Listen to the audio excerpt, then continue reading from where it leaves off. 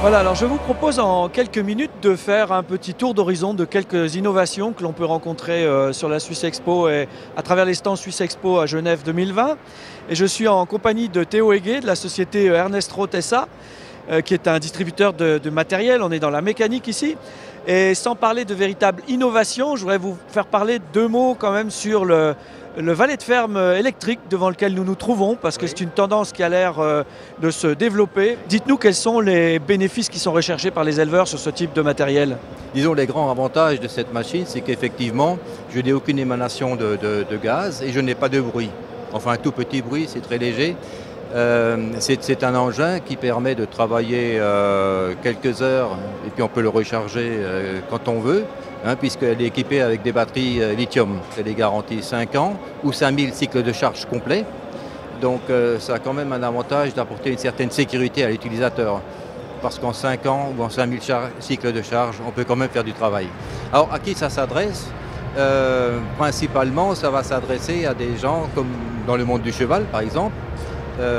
Ou alors un autre cas d'un paysan qui fait du bio, qui a plein de panneaux solaires sur le toit et qui va donc pouvoir, avec ces panneaux aussi, recharger sa machine. Je me trouve avec Régis Wittenberger, qui est chef des ventes pour la région romande, pour toute la Suisse romande, pour Robert Eby, donc importateur exclusif de la marque John Deere, qu'on a déjà évoqué ou qu'on évoquera encore à travers différents reportages. Et puis pour parler d'innovation, vous vouliez nous dire deux mots pour ce qui concerne le guidage GPS des tracteurs qui est de plus en plus en vogue. Exactement. Donc là, on a en fait un simulateur. C'est un simulateur de conduite adapté à l'ensemble des marques. Donc on voit, ce simulateur, il est en train de fonctionner. Ça se compose comment ? Un volant universel, c'est-à-dire qu'on arrive à adapter sur toutes les marques. Une fois qu'on a le volant, il faut un récepteur. Ce récepteur, il y a quoi ? Dedans, il y a un gyroscope pour savoir si le tracteur il est dans la pente ou pas, dans quelle direction il roule, et bien sûr un écran. Et ça, à partir, on va dire, de 12 000 francs, on a un équipement complet, sans abonnement. Dans ces écrans-là, avec la mémoire qu'il y a, on a enregistré toutes les parcelles à jamais. Et une parcelle, on a enregistré toutes les courbes, tous les passages de plusieurs outils, si on veut. Dans certaines applications où il faut vraiment de la conduite au centimètre près, là, c'est le top, quoi. On a enregistré ces parcelles et il y a plein d'applications possibles. Des éleveurs qui fauchent, ça évite plein de manœuvres en bout de champ, on saute des lignes si on veut. Et l'intérêt de quelqu'un qui a du GPS, il est là, il le sait. Si ça n'est pas une innovation en soi, on va s'intéresser aux robots de traite, en particulier à la traite automatisée. Donc effectivement, cette année, on vous présente le nouveau robot de Laval V300 qui comporte un certain nombre d'améliorations, d'évolutions par rapport à notre robot de traite classique qu'on avait. Et notamment au niveau du branchement des trayons, où aujourd'hui on cumule une caméra 3D à un laser, donc avec des taux de branchement très élevés, avec une qualité de branchement et donc une efficacité du robot très importante. Vous avez encore diminué un peu plus le taux d'erreur de branchement. Qu'est-ce qu'il y a d'autre comme innovation et comme application accessible à l'éleveur autour du robot ? Qu'est-ce qu'on peut connaître aujourd'hui comme information ?